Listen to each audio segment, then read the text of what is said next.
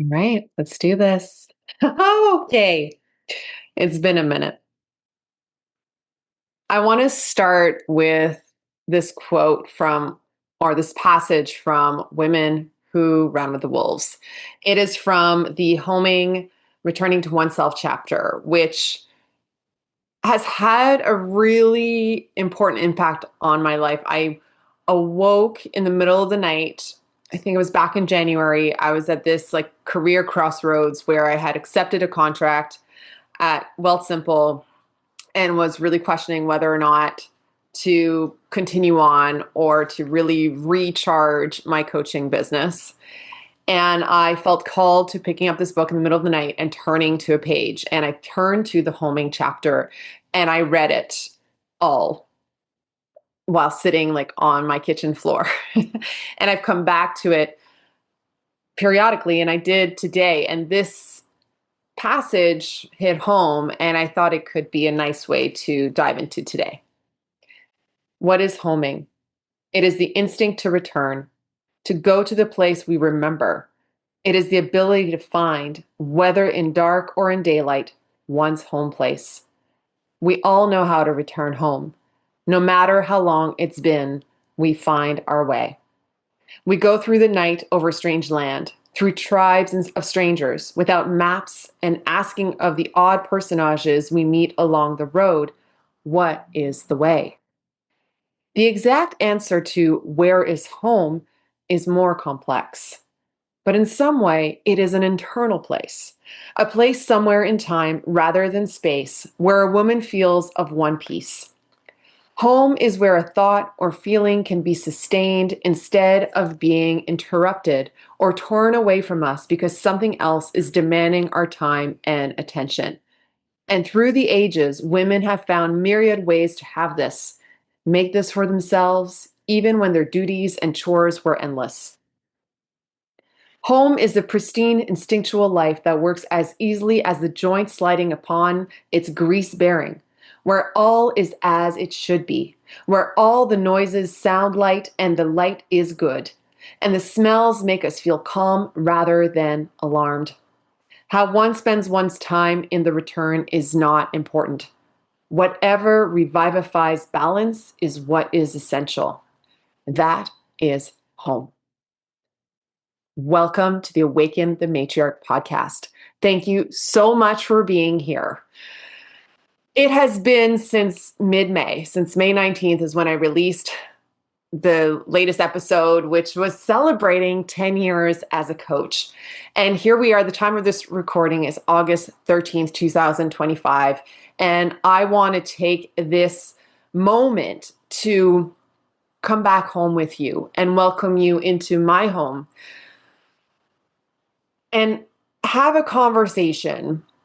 I guess it's one-sided, obviously. This is a podcast, but I'm picturing us sitting together in my home. I'm literally wearing my bathing suit bottoms because we are still in a heat wave and my small AC is struggling. So I was like, either I'm going to sit through and be super sweaty or be semi-comfortable and wear my bathing suit bottoms because I'm also going to go stand up paddleboarding.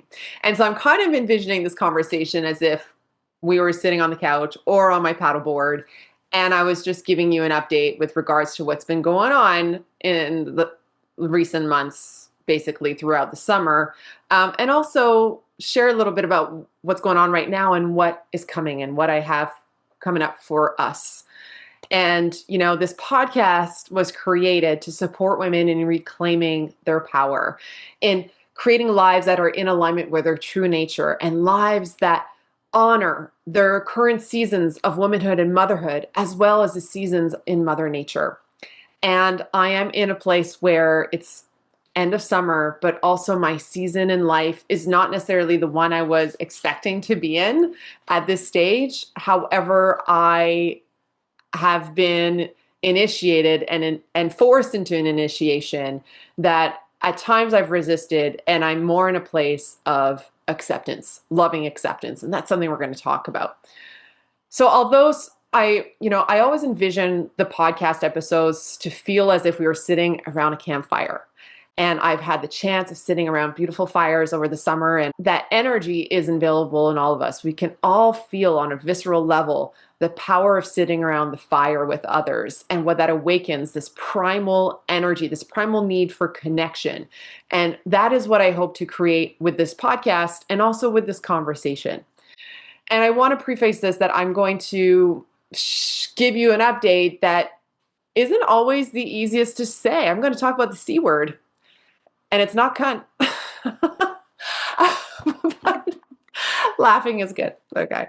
But we're going to talk about the colon. We're going to talk about cancer. We're going to talk about being 40 and a mom and everything that entails, and coaching. There's a lot of C's in my life these days.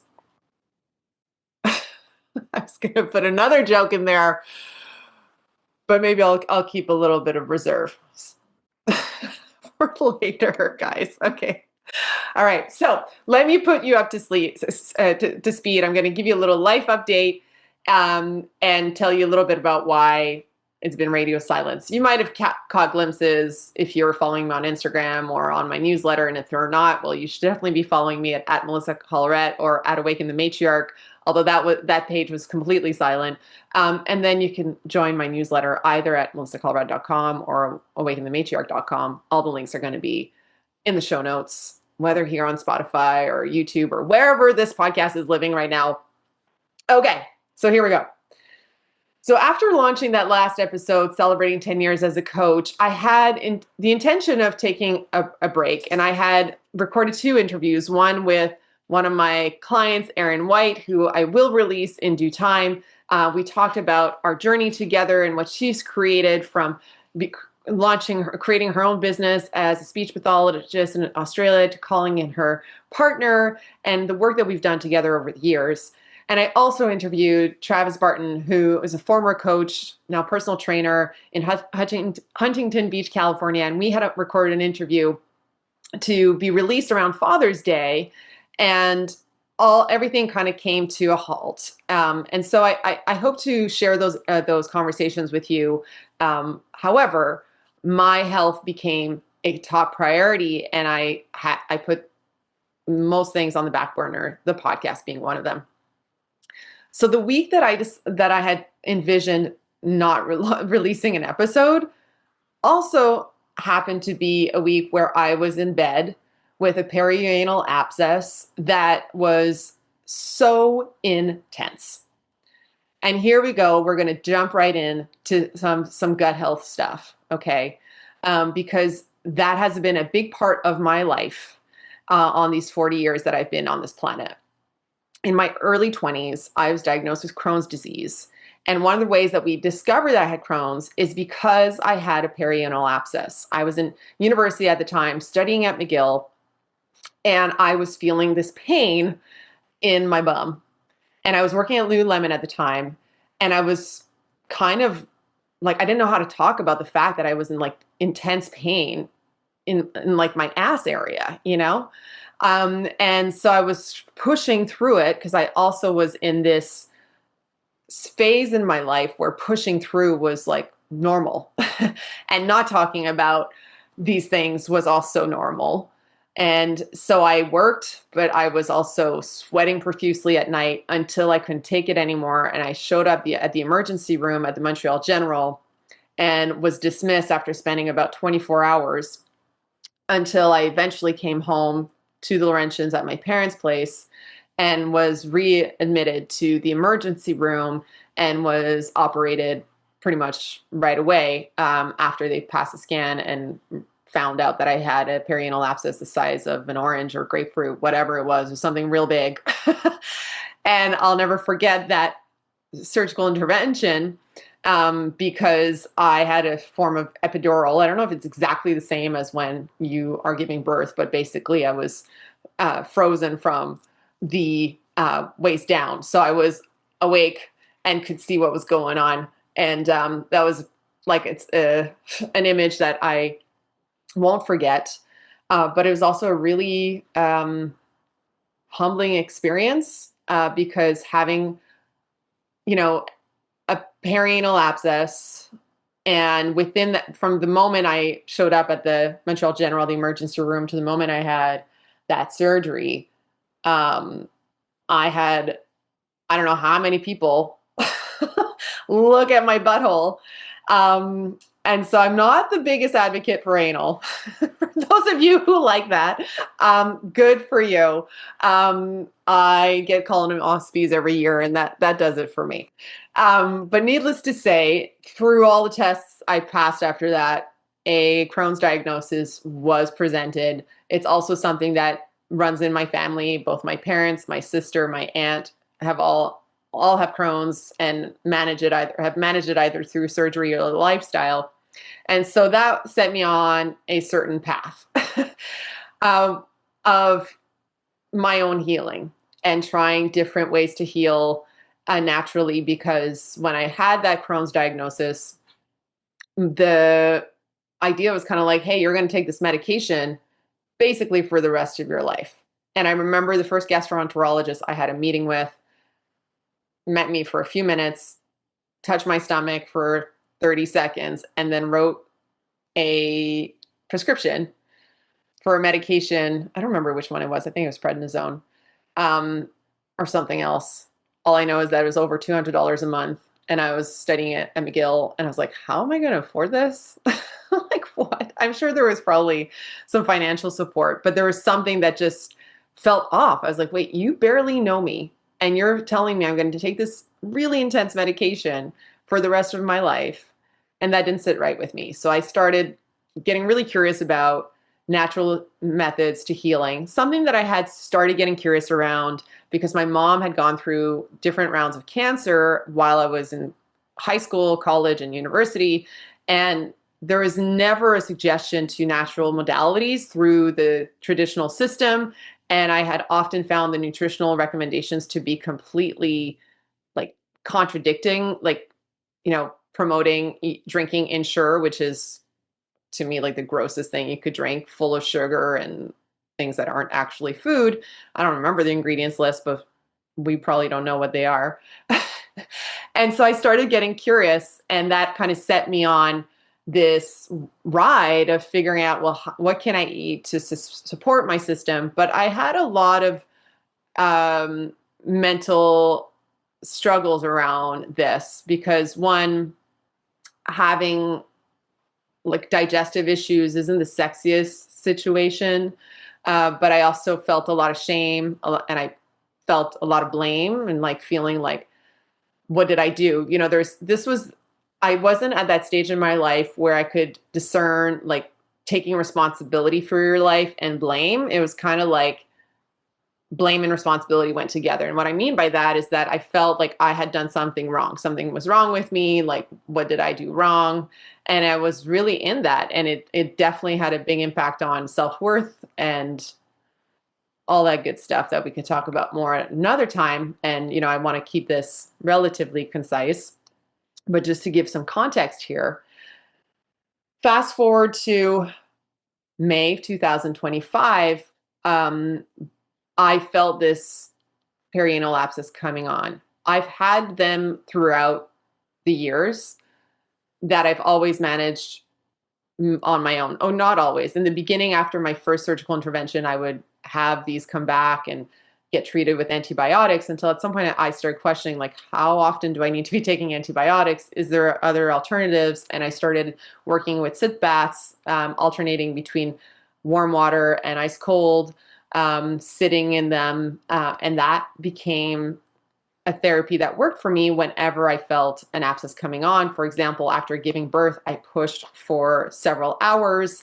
and had a perianal abscess show up shortly after that, and I was able to drain it naturally at home. And so I was determined to do the same with this one, but this one was like next level pain, worse than the first one, if not the equivalent.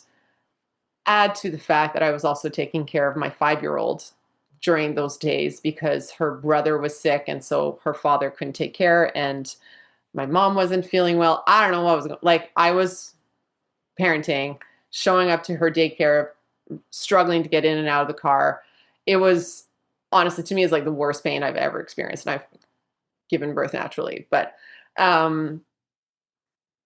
it was just like this transition point because I was like, what is happening? I had my annual colonoscopy at the beginning of May. And like I said, I have these annually pretty much. I've had periods where I've gone 2 years without, like, i.e., during the pandemic or when I was living in British Columbia. But otherwise, I have them every year. So they're pretty standard. But this one felt pretty intense. I do them without sedation, and they had removed a polyp, which can happen. So I wasn't super worried about it, but it was like a hard one to remove. And so when you're like not under medication, I had to breathe deep, and I could feel that this colonoscopy was like different somehow. And then this abscess showing up a couple weeks after felt like what was going on. There was a series of events that just felt like deja vu. I had some legal matters show back up with my daughter's father, which hit me really hard. The colonoscopy, and then being bedridden. Good thing though is I did manage to naturally take care of this perianal abscess. I'm not advocating for this unless you feel fully equipped and you have done your homework and have experience with this. I was making a conscious choice that because I knew that if I showed up at the hospital, I would either be put on antibiotics or have a surgical intervention, which I did not want.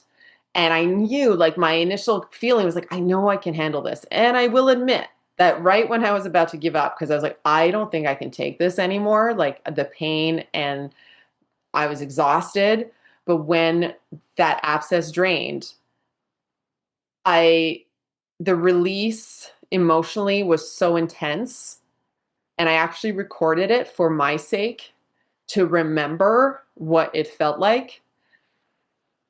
And I called my mom. I was just bawling. It was just so much was like, I had been holding on so much for those few days. And it wasn't that long, but it was intense.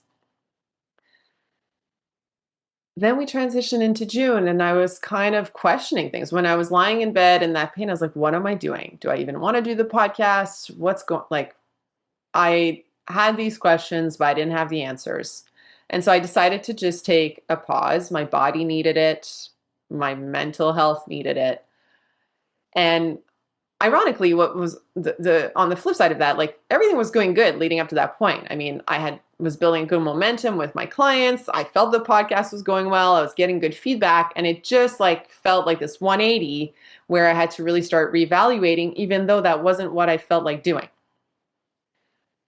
Then we arrive in early June, and it was a Tuesday afternoon.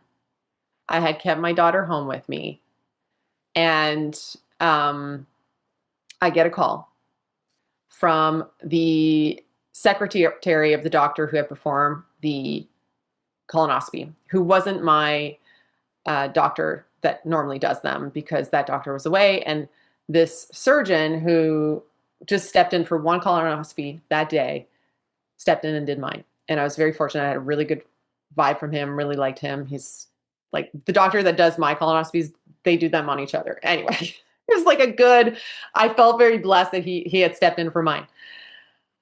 So I get a call, and the secretary says, Dr. Camille wants to see you tomorrow morning or tomorrow.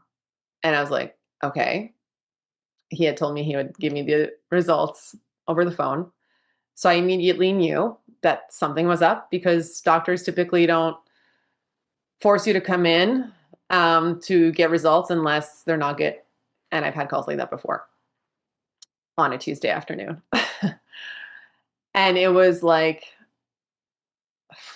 almost like an out of body experience, but not like the good kind. And I kind of went into this like functioning shock.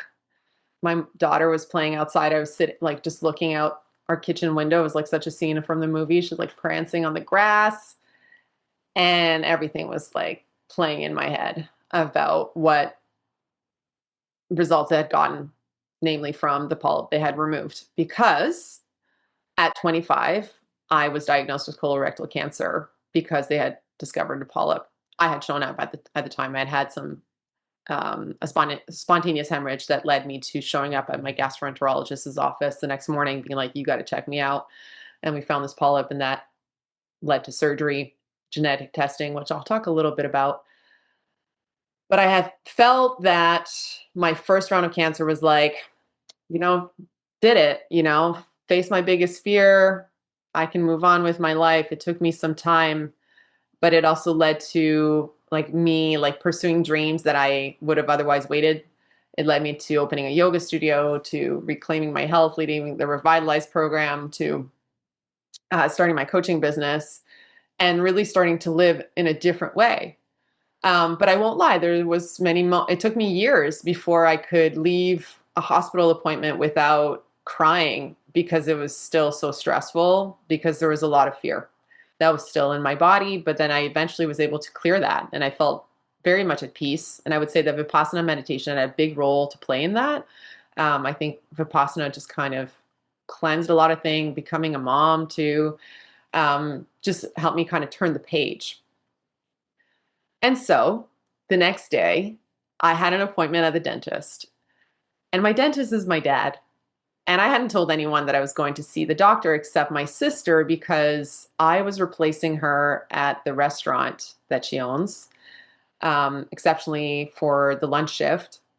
And so she needed me. She wasn't around. I was there. So I had to tell that secretary, I'm working and I have a dentist appointment.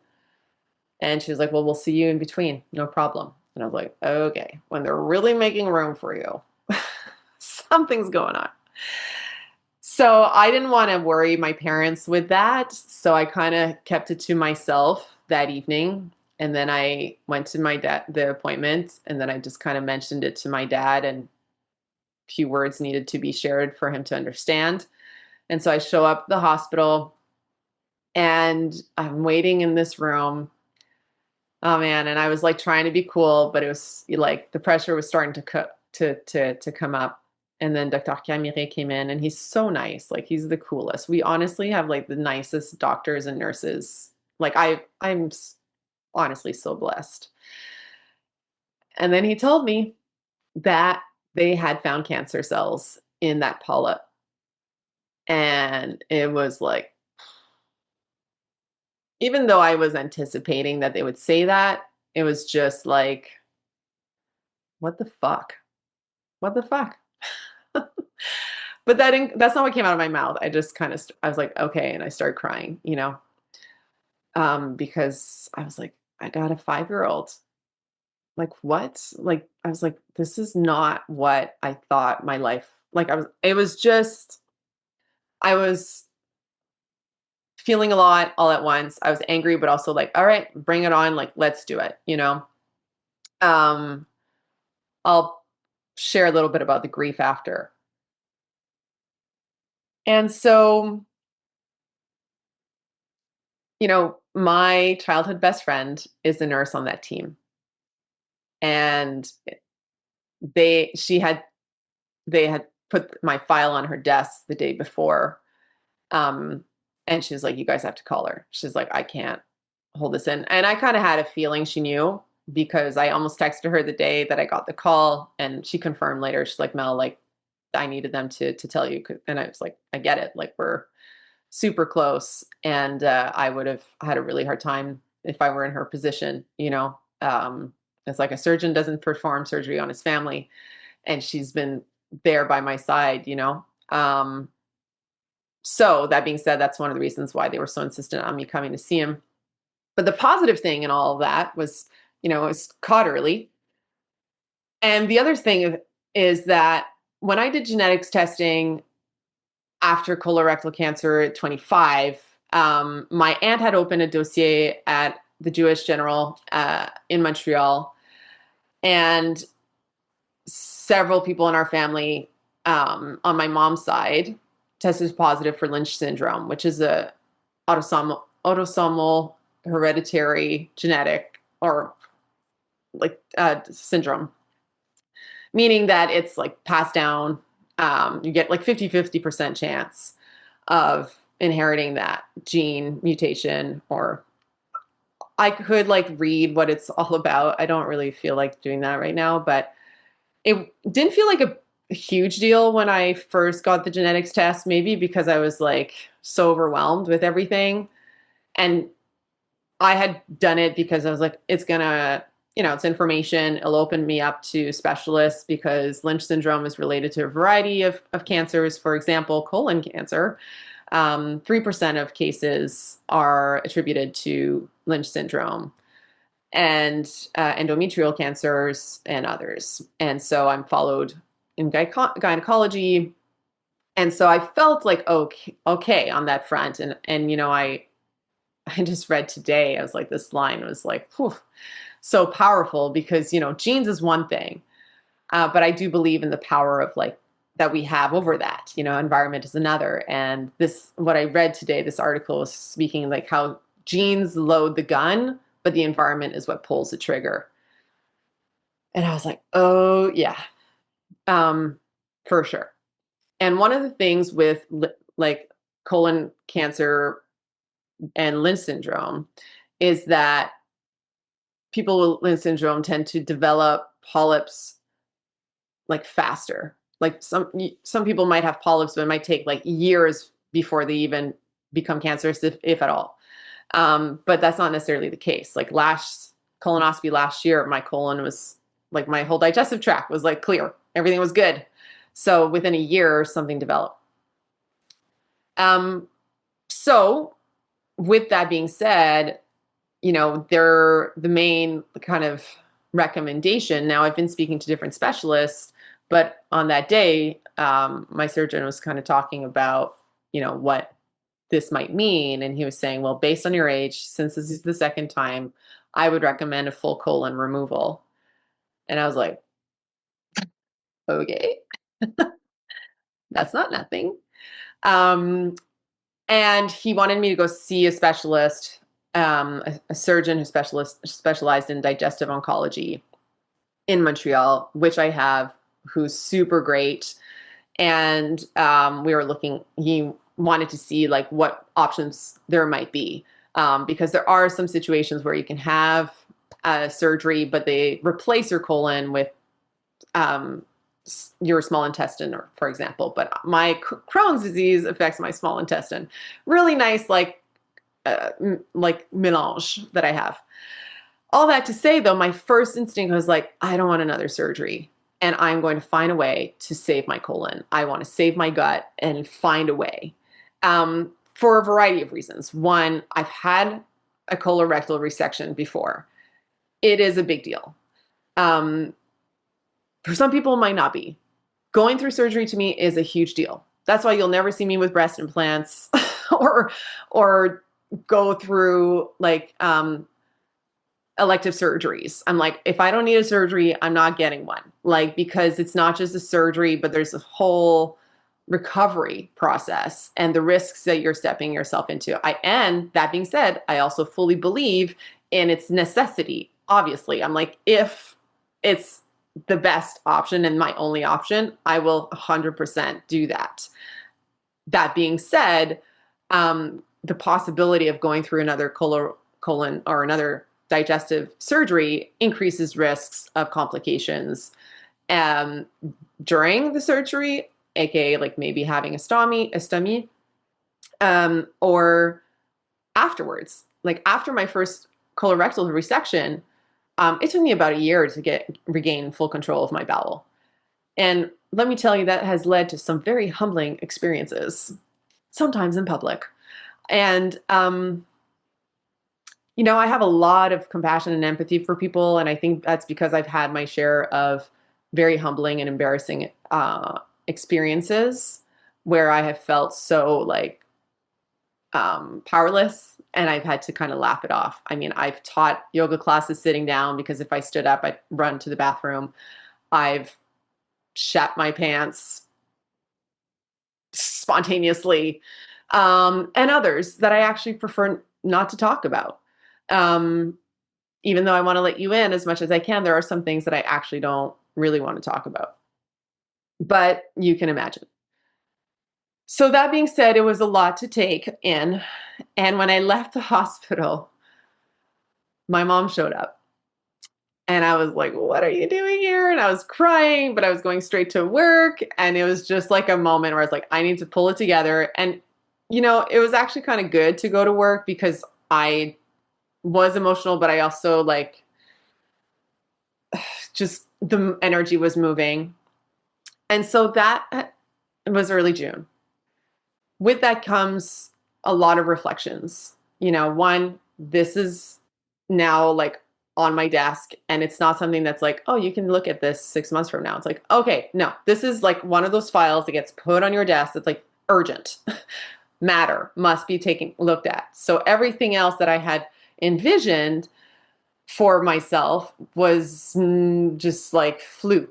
And I had, you know, a mixed of emotions, and I can still have, but especially in the beginning. One, like this whole like mortality situation. I'm like, yes, we've caught this early. That's great. And it it does bring up that like, oh my gosh, I want to live a long life. I want to be here for a long time. I want to see my daughter grow up and do all the things. So it definitely confronts you at that reality that you're like, I want to be healthy in here. So I was like sad and mad about that. The other side was also this aspect where, and I'll talk a little bit about that emotional work because that's definitely something I've been going through. Having had a mom that's had several illnesses and seeing her be sick is something I've had to work through. I've often been mad at my mom for that. And so I never wanted to be like a sick mom.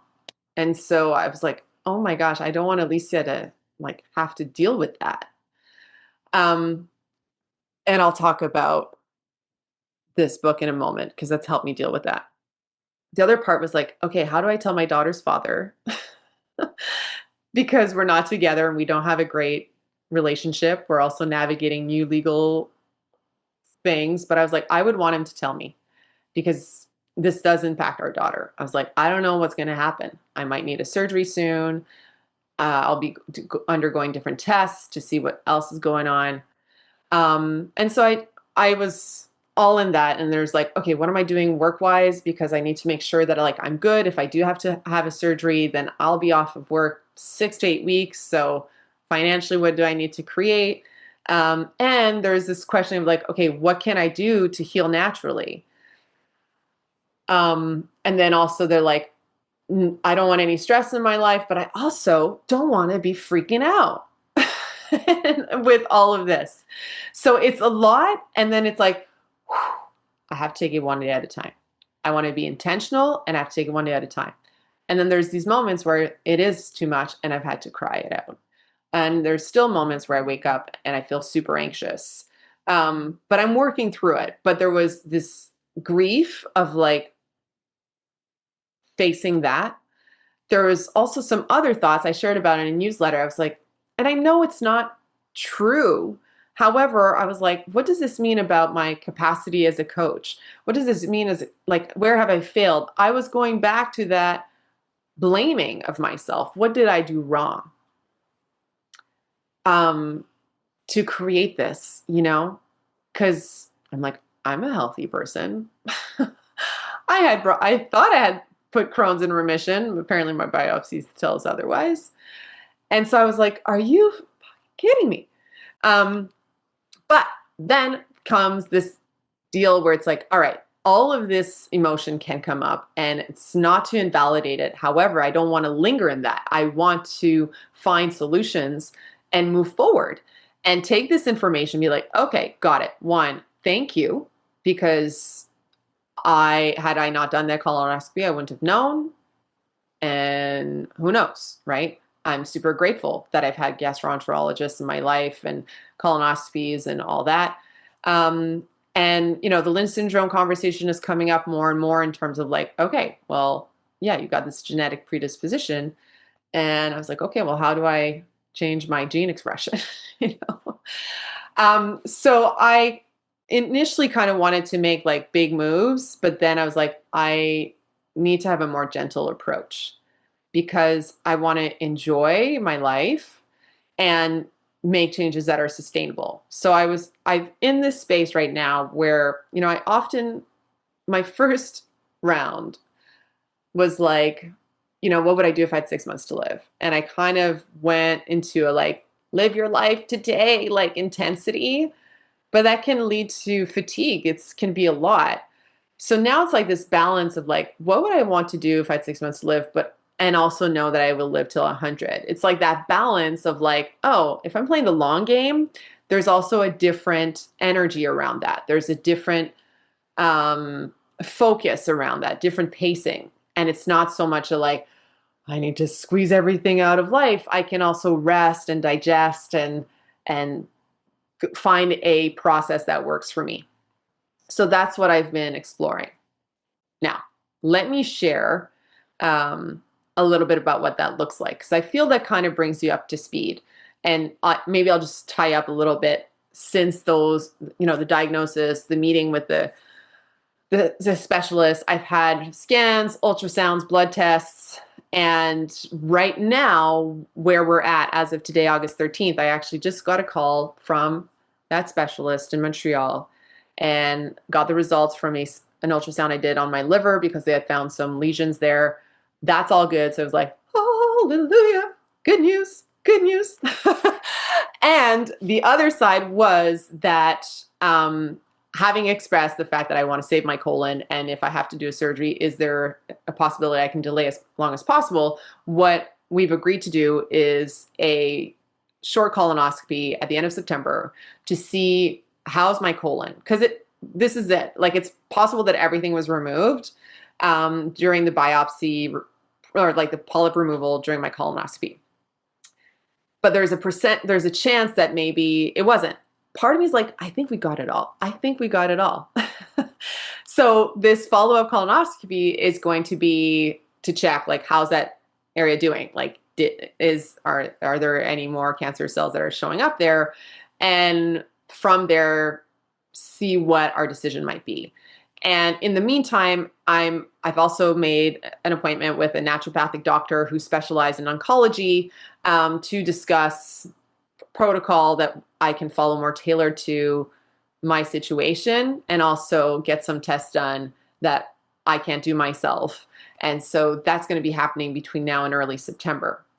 So part of that has been good, because I think this is something, whether you're wanting to, be more on the preventative side, or if you're faced with, an illness or a diagnosis that can be very confronting. I think despite like the energetics or the emotions that can come with it, I think you need to do whatever you can to come back to your center and also be the advocate for your health, and also choose people around you who respect that and want to work with you. Like, I'm very respectful of every professional I am with, because they all have a super important role to play. And I also want to be honest about my values and explore options that might not be available to me. For example, if I'm going down the surgical route, or that could also be complementary, because if I do end up going for a surgery, I will need some support that's very specific to living without a colon. However, I'm like, I'm going to save my colon, so I'm talking to my body. I also want to make sure that I'm doing the best that I can. And just striking that balance. There's days where I'm like, I want to do everything right. And others days where I'm like, I also need to trust that, like, I can heal and it doesn't have to be perfect. Like, because that can be a lot of pressure to be like, am I making the right decision? Like, you want to be able to sleep at night. And I will say I'm sleeping mostly well at night. But I just want to do the best that I can to take care of this right now, but also, again, play the long game. So those are some actions I've taken. I was like, I want to meet with a specialist. I had also an awesome friend who was like, hey, you should get a second opinion, who hooked me up with, he was like, do you know Senator Lieberman? I'm like, yeah, he was my surgeon the first time. So I'm super well surrounded. I'm in Canada. If you're listening and you're in the US, I know your health system is different. But I'm just sharing a little bit what's in my space here. Okay. Now, on the emotional front, because there is the physicality, so there has been the appointments, like, what are the tests I'm going to do? I'll talk about diet in a minute, but on the emotional front, I was like, okay, I do want to do some emotional cleansing because I was like, yeah, I did in 2024 like a huge health protocol that I kept mostly to myself that I thought led to Crohn's remission, but it did have a huge impact on my health. It helped me also heal from the challenging separation I had gone through. And I also felt there was still some emotional work to be done. I was at my sister's restaurant one night, and this woman walks in who had this like aura about her. She kind of looked like Louise Hay. She was dressed beautifully. And next to her at the table, she had this book. And this book is titled Guérir de la blessure de rejet, Heal from the Rejection Wound. And the subtitle is Comment prendre soin de soi émotionnellement face aux maladies graves et au cancer. How to take care of yourself emotionally when faced with a serious illness or cancer. And I was like, oh, that title speaks to me.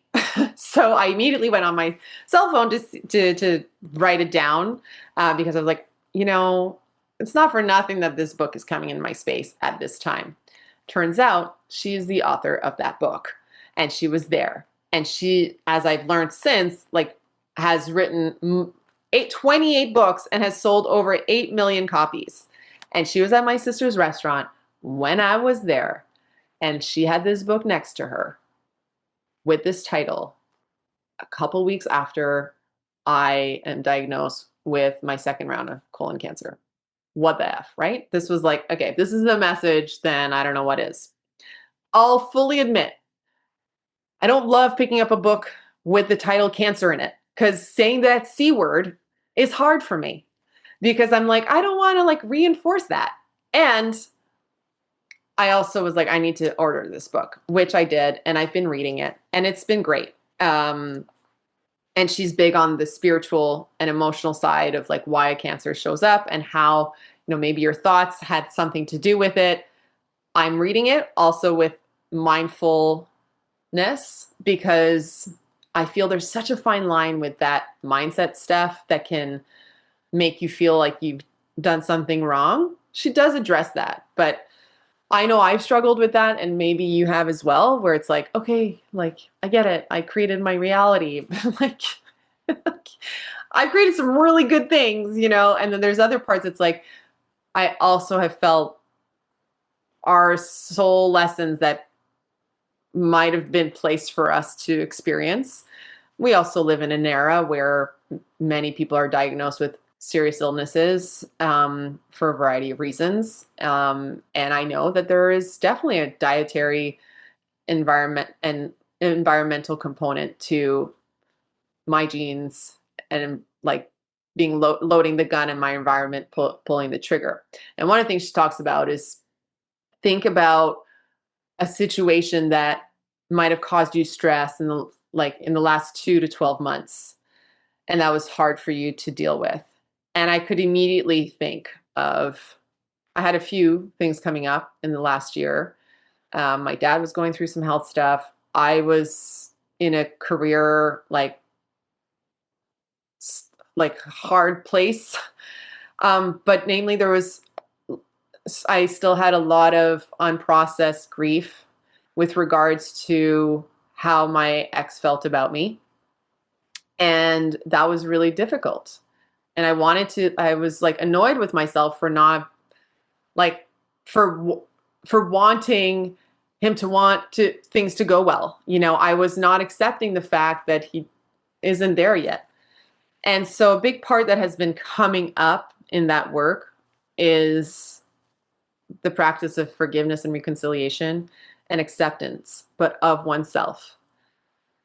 And so part of a grief process is, if you've heard of these, kind of the stages of grief that aren't necessarily linear, there's denial, bargaining, anger, depression, acceptance, and then resilience that comes through it.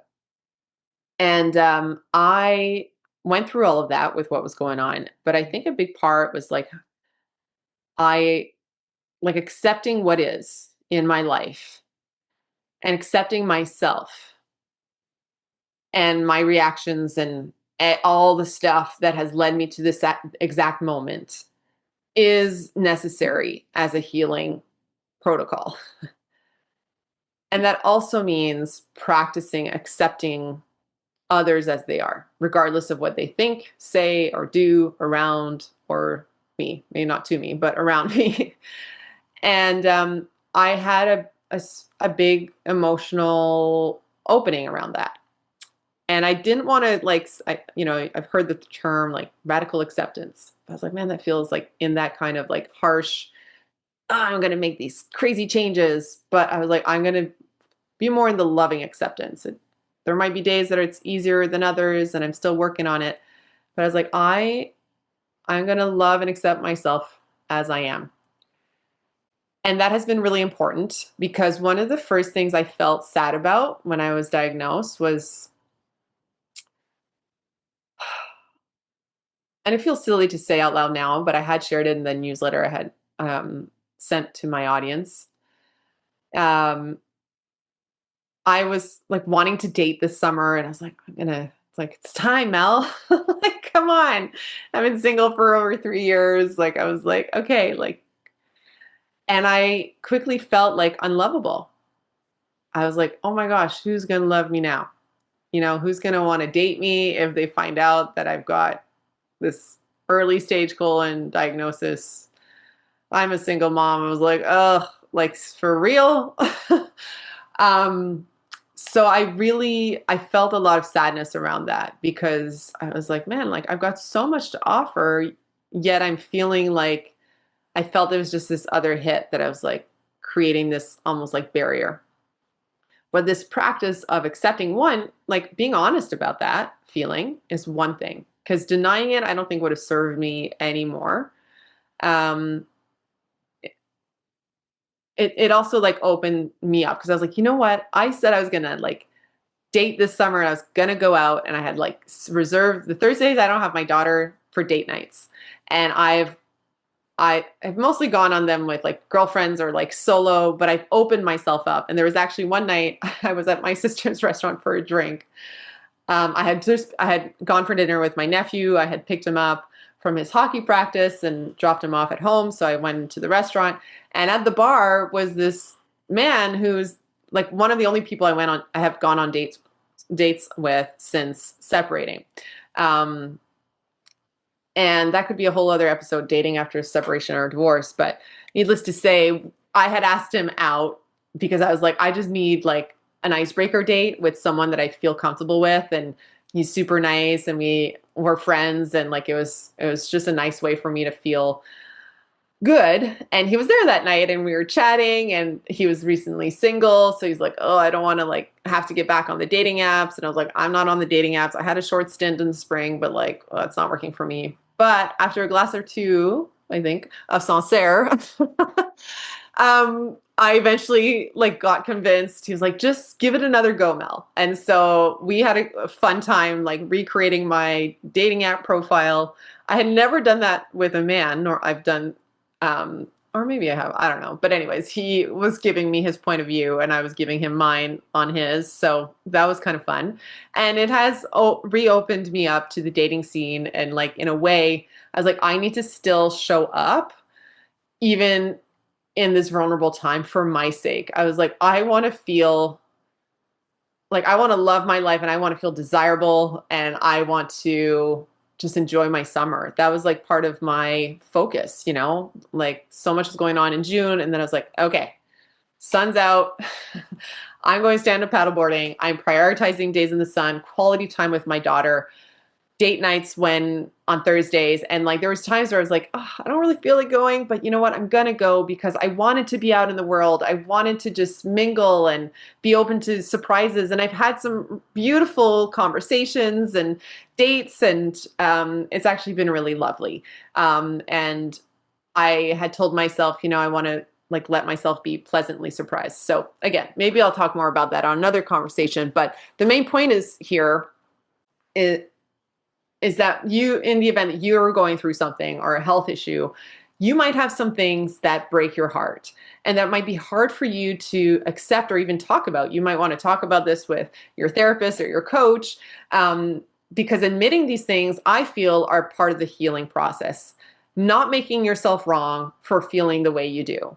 And I feel like acknowledging the feeling is the best way to start moving through it. If you're not able to see it, you won't be able to release it, because you're going to, it's like if you're not looking at your blind spot, you might have an accident, so it's best for you to look even where it's hard. And that was one that was hard for me. And I think part of it was like that weight of like holding it all. But I'm super well supported by my family. But at the end of the day, I'm like, I am the only adult in the house. I have a child that I'm taking care of, and I want to make sure that we're good. And so I worked through that, and I feel this book has been a big aid in that, as has been like swims in the lake, stand-up paddleboarding, catching the sunset, resting when I needed and need, castor oil packs, and pulling things back out of my toolbox. Now, health-wise, like dietary-wise, I also wanted to like sharpen the saw while also striking a balance with kind of the summer energy.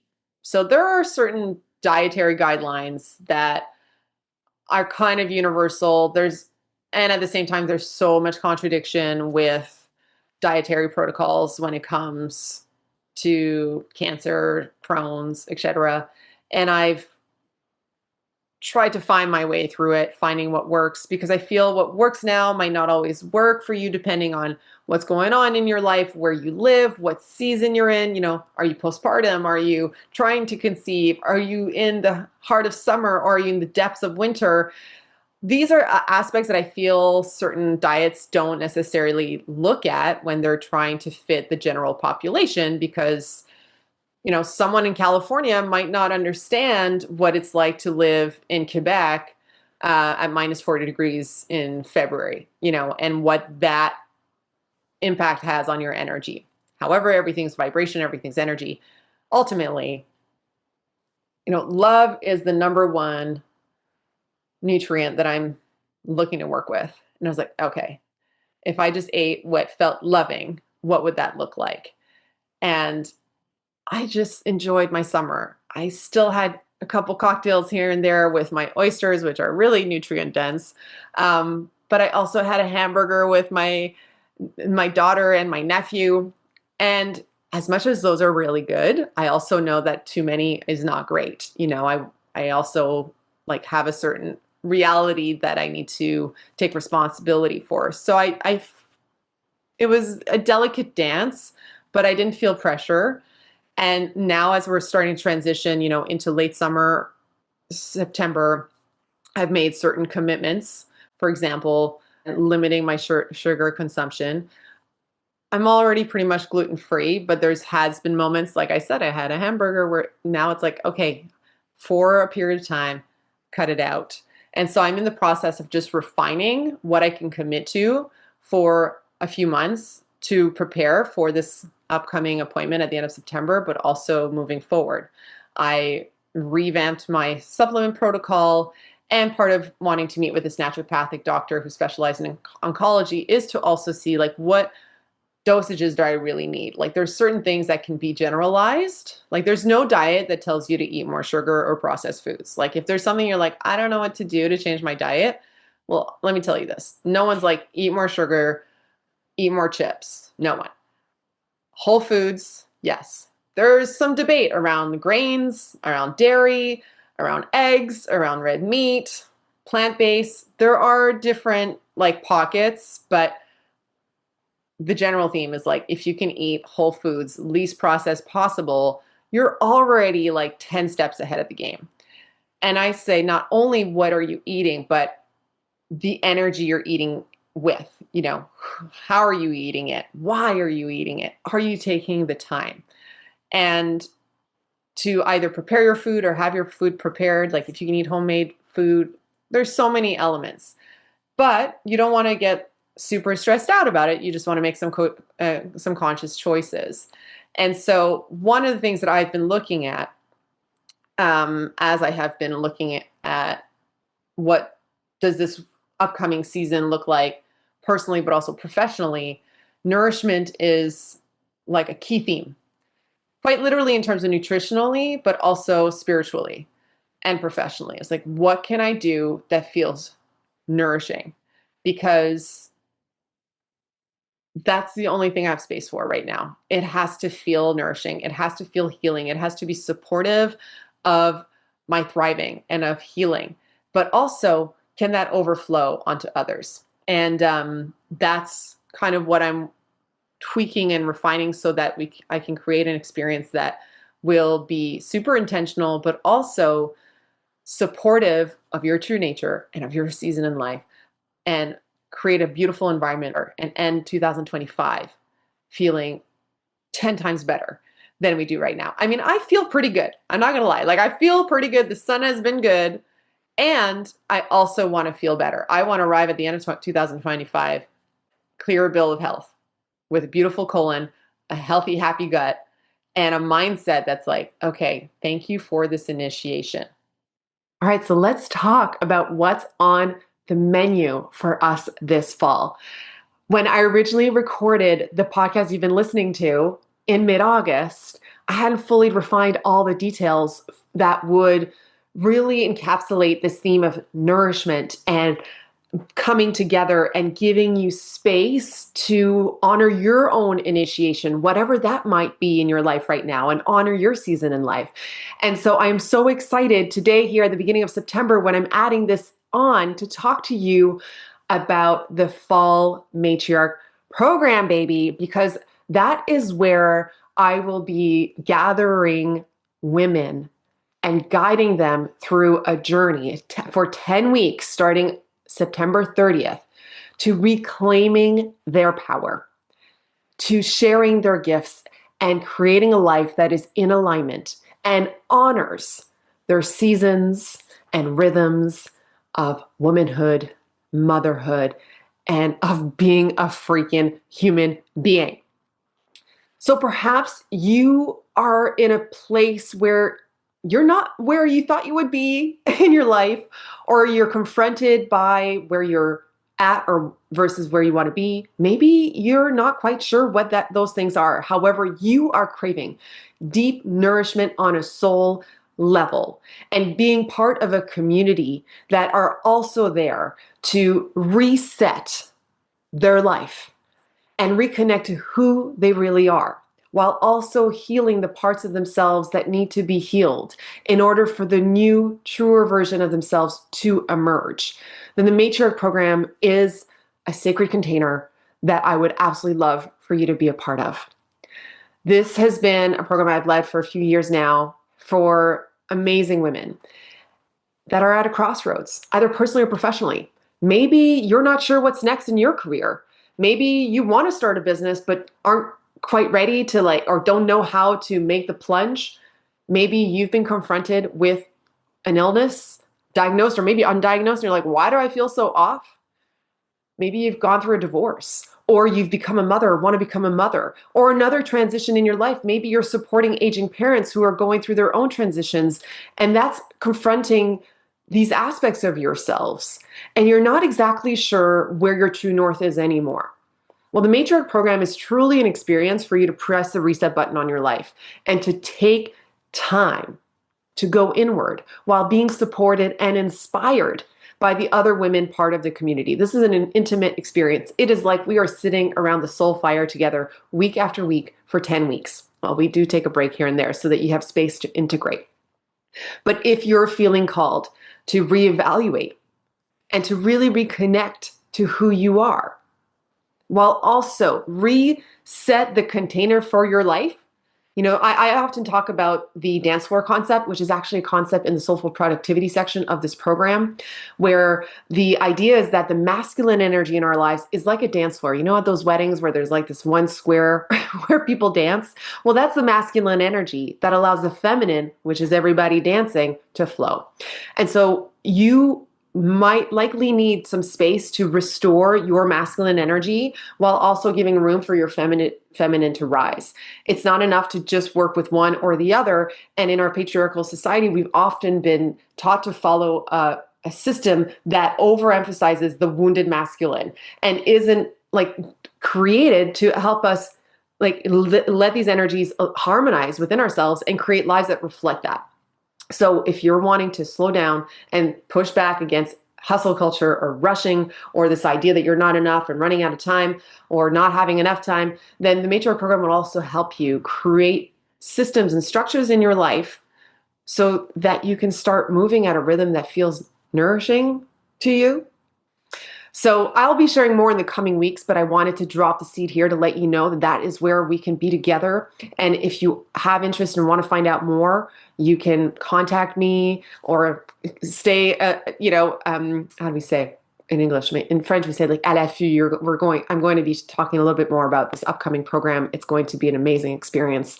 And so if you want this fall to be not only transformative right now, but also set you up for 2026, it's the place to be. So with that, I won't say more right now. I want to let you enjoy the rest of the original episode. And I'm going to end it off with a couple mindset shifts that have had a big impact on my life and that I hope will also have an impact on yours. So looking forward to stepping into fall in this new season with you and to all of us feeling 10 times healthier, happier, more vibrant and alive come December 31st. And it will be a true honor to be your guide and to walk this path alongside you as I also undergo this transformative journey of my own in the coming months. So thank you so much for being here. Let's get back to the regular episode. And I want to close on this because this mindset piece has been big. I was doing a sup ride on the river last week, I think. And I was thinking about these transitions I want to be making and these changes. And the biggest shift was one, I don't want to be making these changes with this idea that like I've done something wrong or like as if I'm punishing myself or out of rigidity, which I have done in the past. Instead, I want to see even this cancer diagnosis as a gift and an invitation my body has offered to lovingly take care of myself.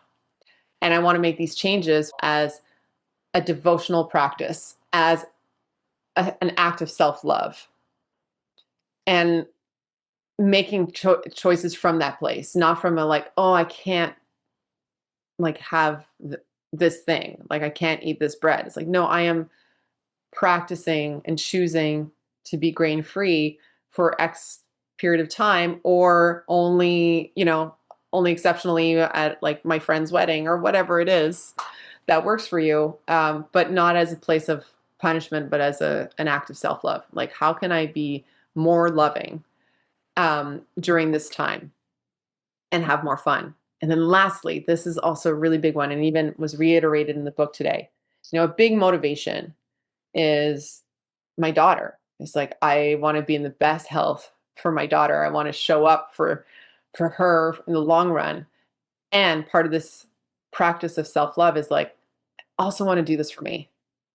I also want to be in the best mental, physical, spiritual, financial health I can be for me because I love me and I want to love myself more.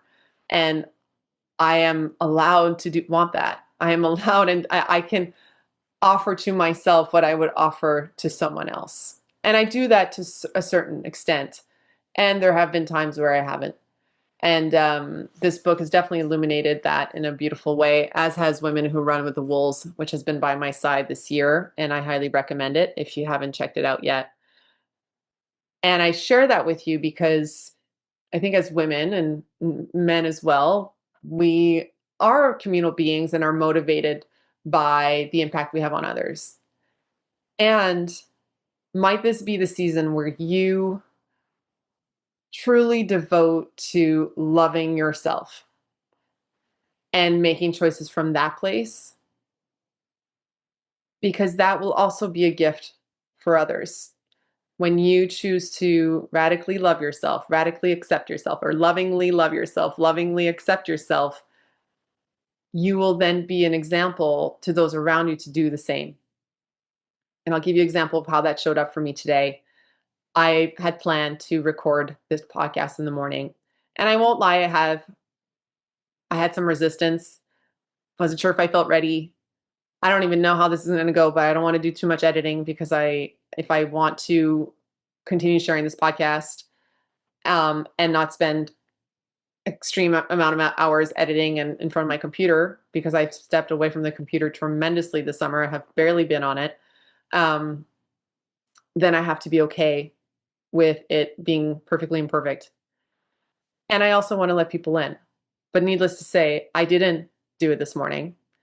Instead, what did I do? I putzed around this morning. But then I also was feeling a certain pain on my right side. And I was like, oh my gosh, is that my colon or is that ovulation pain? I don't know. But instead of pushing through, I was like, you know what? I would want to tell my daughter, if she were in my shoes, is like, go lay down with your books, put a castor oil pack, and rest until you feel ready for the next thing. And part of what was in my space today is that I was waiting for a call from a specialist. And even though I felt okay, I could feel that like nervousness a little bit, being like, okay, will that result be positive?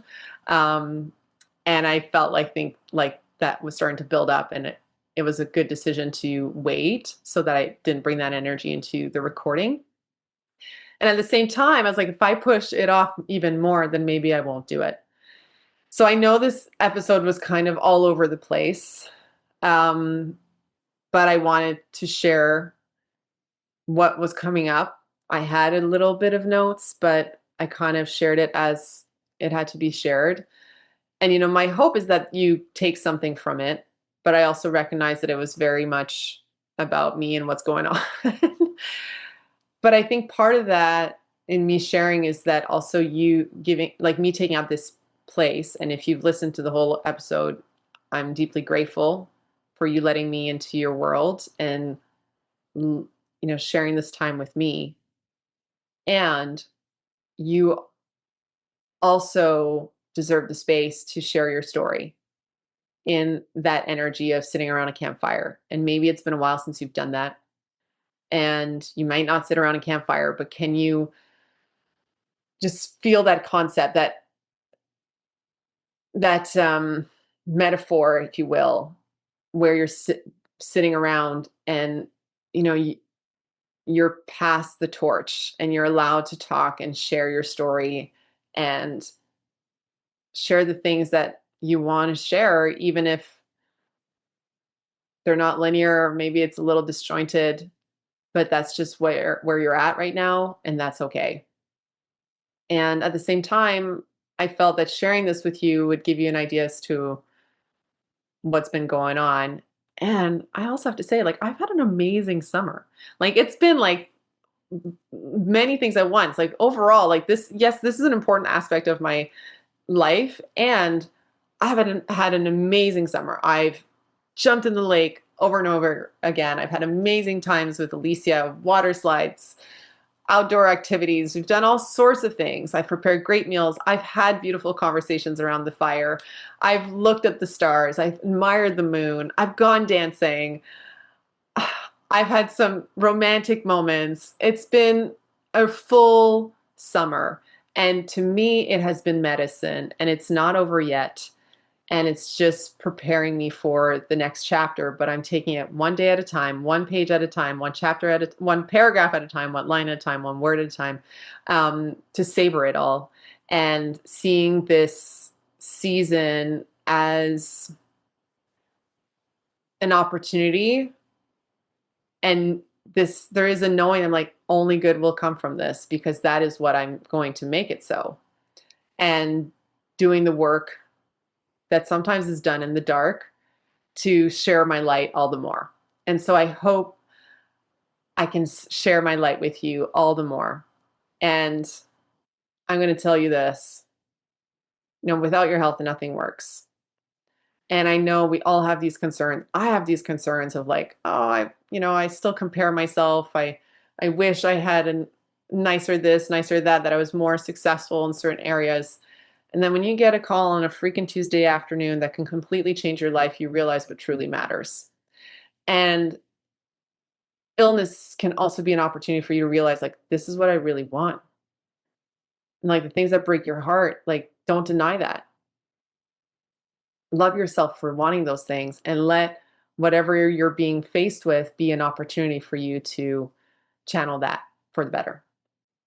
So, with that, I will keep you posted with regards to this upcoming fall program. In the meantime, if you'd like to book a one on one session or get on board to be one of my one on one clients for the fall, I only have a few spaces. Send me an email, info@melissacolrad.com or info@awakenthematriarch.com, so that we could at least start with an initial session, see where you're at, whether it is personally, professionally, with your health, on your journey to or through motherhood. I have space and I'm reopening the doors, and I would love to hold space for you and coach you along the way, because magical things are in the air. And it is truly an honor to do the work that I do and to work with incredible clients. And thank you so much for being here. I'll see you next time.